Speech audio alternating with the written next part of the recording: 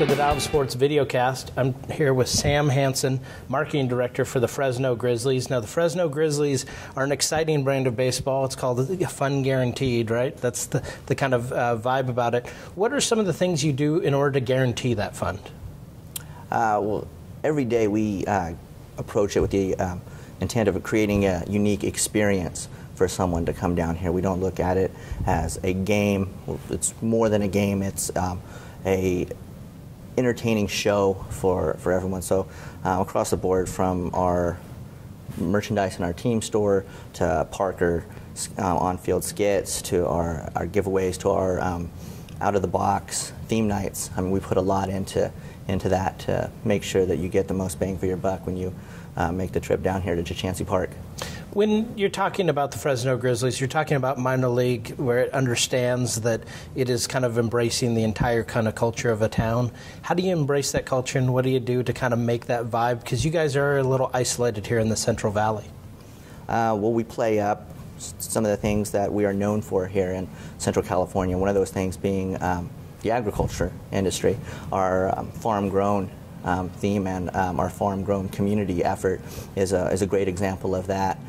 I was driving to work, saw a group of migrant workers in the fields, and I sort of had this idea of this baseball with a leaf on it and these numbers on the ball in a crate, possibly being on a billboard or something like that. And from there, it just sort of spun into we did the Fun Guaranteed Fresno Grizzlies farm grown, and using that line farm grown, sort of we're farm growing future champions for our major league affiliates, but at the same time we're also paying homage to our farm grown agricultural industry that a lot of us are around every day, and it's just part of our Central California livelihood.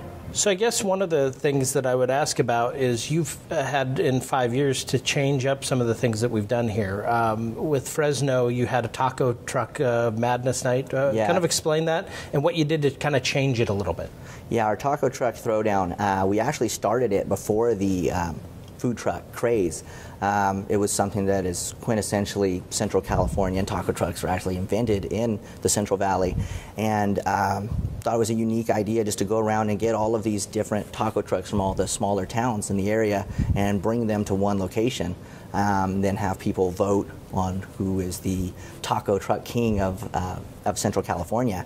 And as that was taking place, as the popularity of these taco trucks were growing, we had sort of that food truck movement going on. And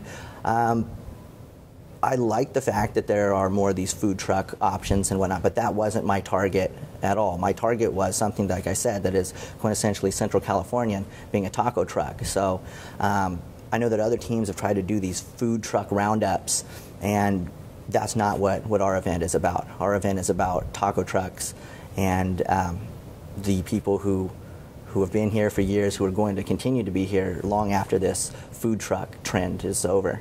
Okay, so now when you sit down with a group of people and you say, we want to do a marketing plan, what are some of the things you look at as far as identifiable, not just to Fresno, but to that fun aspect that may not be quintessentially Fresno, but may draw out some tourists, may draw out some extra people?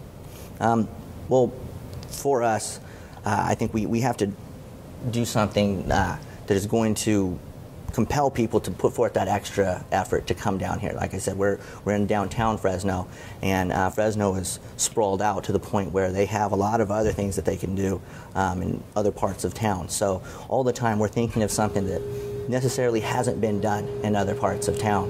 One of those would have been the Maker Faire that we did. We did the first Maker Faire at a professional sports event. And I don't know if you're familiar with Maker Faire, but it's considered the world's largest show and tell. There's a really big one up in San Mateo, and it gathers all people from robot builders to people who do crafts, people who build kooky things out of cardboard. And we had a Maker Faire. This year will be our third annual one, and it just brought all sorts of people out, just things that they tinkered with and built in their garage. We had kids did a Rube Goldberg pitching machine contest, and it just really celebrated innovation. It celebrated education, and it also provided people with something interesting to see. And just things like that are things that I'm always looking for. Something that is progressive, something that is worth the effort to come down here and come to this game. Now, you've switched affiliations over the off season. You're going from the Giants, which you guys love to be a part of them, now to the Astros. How do you kind of convey the difference of the minor league affiliation, or does it even come into play with what you do down here in Fresno? For me, I've always been about creating a Fresno brand, a brand that people are proud of and proud to. When you put on a Fresno Grizzlies T-shirt, you're putting on a symbol of pride for Fresno. So the heritage that we have with the Giants was great. We had a lot of those guys wearing rings came through. 17 of the 25 came through here, and we're proud of that heritage, and that's something that we'll always celebrate. But it's always been about Fresno, and it will always be about Fresno. And we hope to have that same success. We're going to have that same success with Houston. When you're tying in name recognition for the certain players that are coming through, is it a little more difficult to really do a kind of a promotion thinking that you're going to have this player because they may be hot and up and coming and suddenly leave you even before your promotion happens? We do a good job of branding the fact that they were here. So Brandon Belt was here, and we branded, we made farm-grown in Fresno giraffe T-shirts, and so people remember it here. So even if they're not here on that particular night, we do a good job of being able to convey that this particular player was here and was farm grown. A lot of people think marketing director just means that, yeah, you throw out some promotional items, but you have to do a whole lot else, including sell. Kind of convey how you actually sell the product as well, because it comes into more than just spending out of a budget, right? I mean, you have to sell that product as much as possible. Yeah, and I tying into that that extra excitement that's going to compel people to come down here and buy a ticket, but also I am very, very strategic in having a merchandise element to tie into a lot of the promotions that I do. I believe we're one of the few teams that creates 80% of its product mix in its team store in-house, and most of that is tied in with particular promotions that we're doing. In terms of the promotions and the marketing you're doing, you also have to make sure that the merchandise also connects too, because it still comes down to sales. How have you done that? You've created, what, about 80% of the merchandise thus far. How do you really tie that in to where people are actually buying the product? Well, I mean, it all makes sense. For it to be a synergetic process. Ninja Turtles night for us was a perfect example of that. We had the Ninja Turtle theme. We had the players wearing the Ninja Turtle themed jerseys. It was interactive. We let our fans vote via social media who their favorite Ninja Turtle was, and that was the color that we wore. And we're going to show that, right? So, yeah, we're going to show those. So, and you've got one of them right here. So, yeah. Kind of convey to me exactly. I mean, how did the kids kind of react? This is something cool. Oh, right? Yeah, the kids. Well, the thing with Ninja Turtles was one. It was the timing. We'd had the idea of doing a Ninja Turtle theme night for quite a while, but we waited for that moment when the movie was about to release. So. We were building off of the anticipation and excitement for that movie, and the really cool thing about Ninja Turtles is that not only are kids really into it, but it also connects with the parents. That was something that the parents grew up with also. So yeah, the players wore these jerseys, and then we had the merchandising element also. So we had the jersey, the T-shirts modeled off of this, and some other designs. We did our giveaway, which was a Ninja Turtle lunchbox, a Ninja Turtle Grizzlies co-branded lunchbox, and so it is a Nickelodeon branded, but then also a Fresno Grizzlies branded lunchbox. And then all of our in-game obviously revolved around Ninja Turtles. We gave out free pizza. A guy proposed to his wife dressed as a Ninja Turtle during our in-game, and it was just a great night all around, from in-game, from our video board graphics to our players and the themed jerseys to we broke records for our team store sales that night. And that was something that I hope to do more of in the future, just have more of those all-encompassing events where we're completely dialed in, from our giveaway to our our theme jerseys to our merchandise in the store.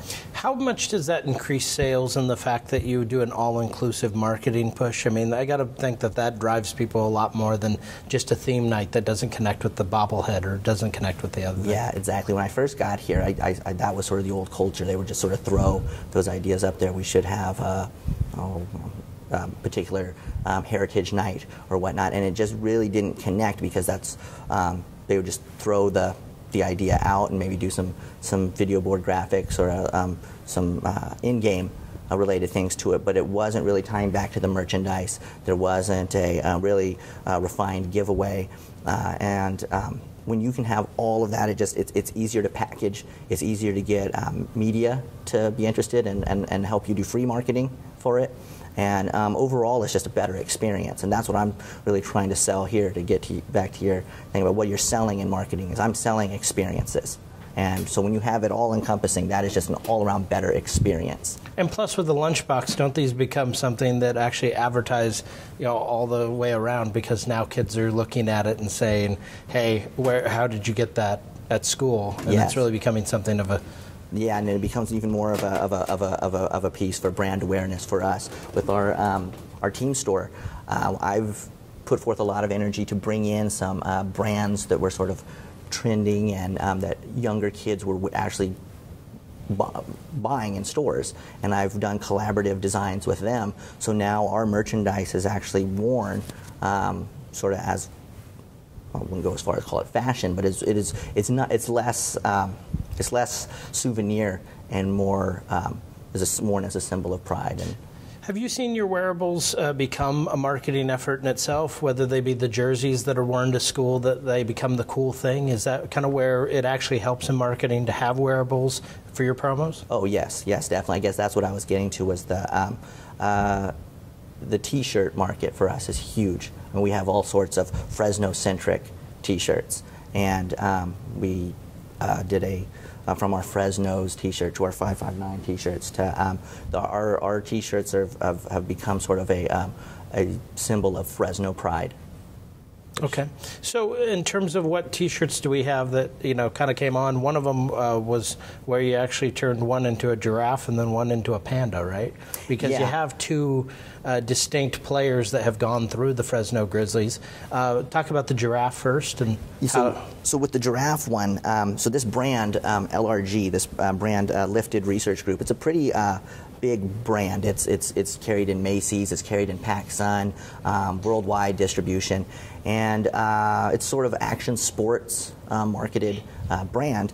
And one of their logos that they use is this giraffe. If you can see here, they have all their logos that they usually use on the bottom here. I knew that this giraffe was one of their icons that they use in their branding. So when I approached them about doing this Brandon Belt baby giraffe themed shirt, the farm grown in Fresno, I sort of took all of that in mind, and it just created much more energy and much more excitement about this whole promotion that we were doing. They're also a skateboarding brand. They have a skateboarding team. So when we is that where you actually came up with the skateboard lift, which we have a copy of? Yeah, so we have the skateboard deck here that we designed, and we sold these in a package. We did this LRG T-shirt, this Grizzlies deck, which is actually an ambigram, you see. So when you do your kickflip and you land on the other side, it still says Fresno Grizzlies. Oh, there you go. So, and this was sold in a pack with a ticket to the game, in which we had the LRG skate team here present, and they put on a skate demo out in our plaza.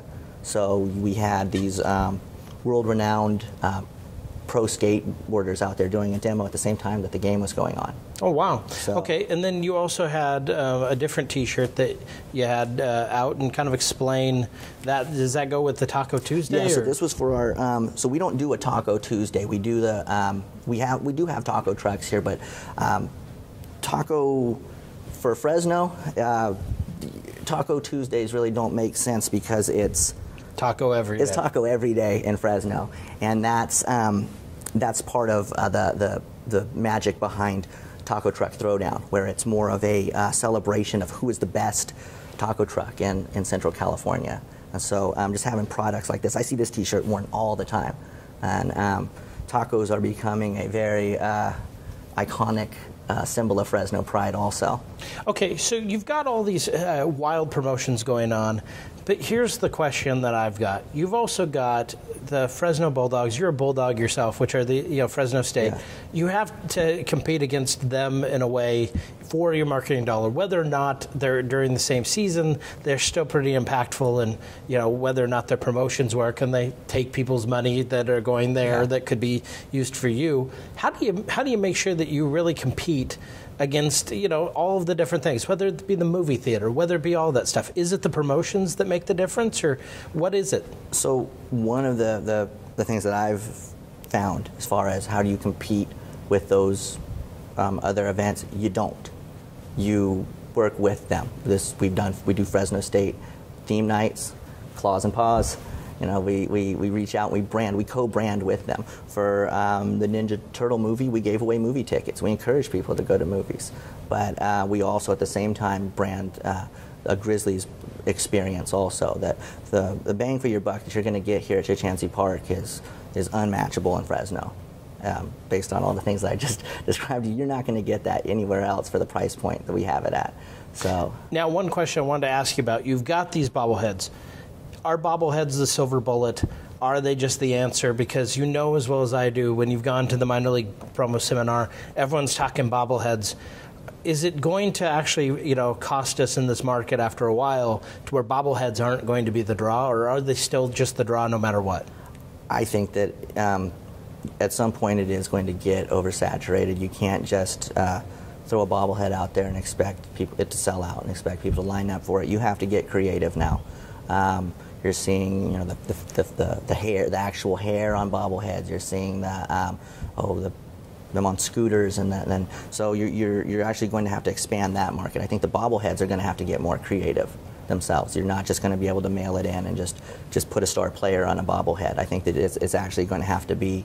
For example, we went back and we did the Will Clark Fresno Giants, and you have to be far more strategic about who you do a bobblehead of. Because he hasn't played for the Giants in, about 15 years? Yeah, but he was farm-grown in Fresno, and it just helped us. It was part of the promotion that we were doing with kicking off our farm-grown program, and so we did a Fresno Giants theme jersey, which actually never existed. We created this particular theme jersey, but the Fresno Giants actually just wore Giants across the script, but like I said, one of my top priorities is branding Fresno, and I wanted to remind people that these players, even the veteran players or retired players from the Giants, came through this system.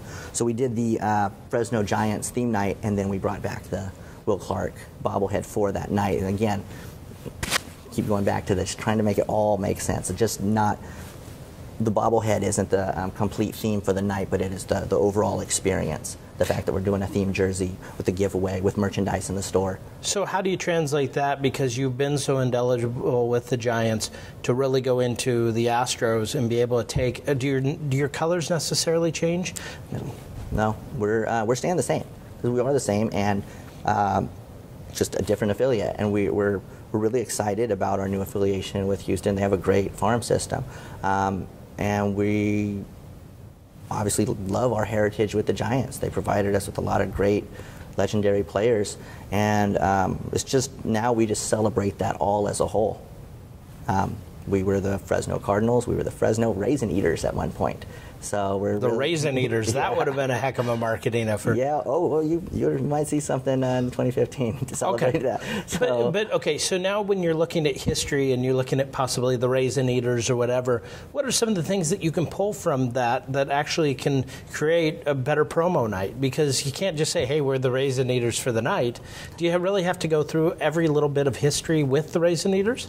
Oh, I think that you should. I don't think you have to, but you should. I think it's interesting. I think it's a great story. I think that it engages your audience. And the Raisin Eaters are an important part of our history and our heritage. And I would love to own a Raisin Eaters jersey. So, but not just the Raisin Eaters. I also want to just talk about the legacy of baseball that has existed here in Fresno since 1898. So okay, so we've had a long legacy of history and everything else here, but really when it comes down to it, it's a great Saturday night during the summer. How do you convey those great Saturday nights to a family of 4? I mean, what is it that gets them to not only come once, but several times? Well, you have to have that in-game dialed in. I think that that's really important. I think that you have to put on such a great show once you get them here that they can't wait to come back. And those little things, like the having the unique merchandise in your team store that makes people buy something and not just put it on a shelf or let it get dusty and out of sight, out of mind. Something that they're constantly wearing, they're constantly stimulated and reminded that, oh, you know what, we should go down, and we had such a great time at that Grizzlies game. We need to get back down there. You know, kids, when they're putting their options out there about should we go to the movies, should we go to get a game, that the experience that they had at the game trumps all others and comes down here, and that is one of my top objectives every day. What do you do in terms of marketing the Grizzly himself? How do you get him out in the community? How do you make sure that he's really a part of what's going on so that people recognize the Grizzlies everywhere? Oh, Parker? Parker is the hardest working mascot in minor league baseball. He works with our community fund and goes to our community schools, rural schools, schools here in Fresno, and reaches over 100,000 students every year through our reading program. And then our grassroots efforts, Parker is right now in a Veterans Day parade right outside. So any event, he's always there. And social media videos, we try to involve him in just about anything that's relevant with Fresno. And at this point, they want him there. People are requesting him to be at these events. So the waiting list to get Parker to events is pretty long. So when you're talking social media, and this comes into a good aspect, is that more important now than traditional media, the radio, the TV, the newspaper, or do those still hold a lot of strength in this community that social media can't reach? For a certain demographic, you're going to have to get them via the traditional media. But for a younger demographic, I would say that the numbers are definitely fluctuating in the way of social media and anyway, non-traditional media. I've been finding that this younger demographic is more drawn to non-traditional media than traditional media, than paid advertising. We've gotten more results from Parker showing up at certain events than paying for an ad on television.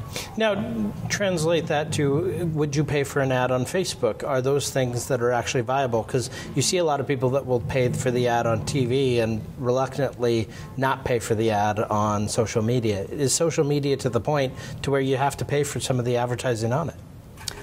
For specific events, I have used paid advertising. For Taco Truck Throwdown, it was very nice to go through and people who have tacos listed as their favorites, people who have food trucks listed as their favorites, and target those people and directly hit them with our marketing is very valuable in my opinion. So, but I don't like using social media just for paying for it, as far as just doing a broad blanket statement. I like to use it to really hone in on those target customers. So which are more important then? Are those customers that are on social media more important, or are the traditional media people that are still the older folks that might afford season tickets or mini packs? I can't say that either one is more important than the others. It all depends on what the theme of the night and what the initiative is to target. We run a pretty steady schedule of traditional media, just conveying our overall promo schedule and what's going on that week. And then we use our social media to do the same, but then we also use it to target specific events. In terms of where you see the Fresno Grizzlies going, what are some of the things that you see them really excelling at, and some of those things that you really have to work on to really get better? For excelling, I would say that we are way ahead of the curve with things like our Maker Faire and utilizing our relationship with these maker or these innovative young people in the community. As a result of our relationship with groups like Fresno IdeaWorks, who put on the maker events. We have a high school robotics team that has built us a robot that shoots T-shirts. And we have a team of creative makers over there building us a giant hybrid pool bowling table, a pool table that you use bowling balls with. And so having the access to these guys, I mean, I get to be far more creative with my Willy Wonka-esque in-game and put these guys to work. And I think that is something that we're way ahead of. I don't know of any other teams that have a little Oompa Loompa creative workshop at their disposal. With the creative workshop, what are some of the things that you think really have kind of come out of there that, yeah, they're not ready for prime time yet, but you're kind of getting there? I mean, are there some ideas that they're on the cusp of doing that really would amaze people, but they're just not there yet? Yeah, we're always tinkering with different ideas to just sort of turn our Thursdays, which is a younger driven audience, into a Dave & Buster's meets Alice in Wonderland experience. So they're always for anything from giant Jenga games to the robots, which I described, and the giant pool table, things like that.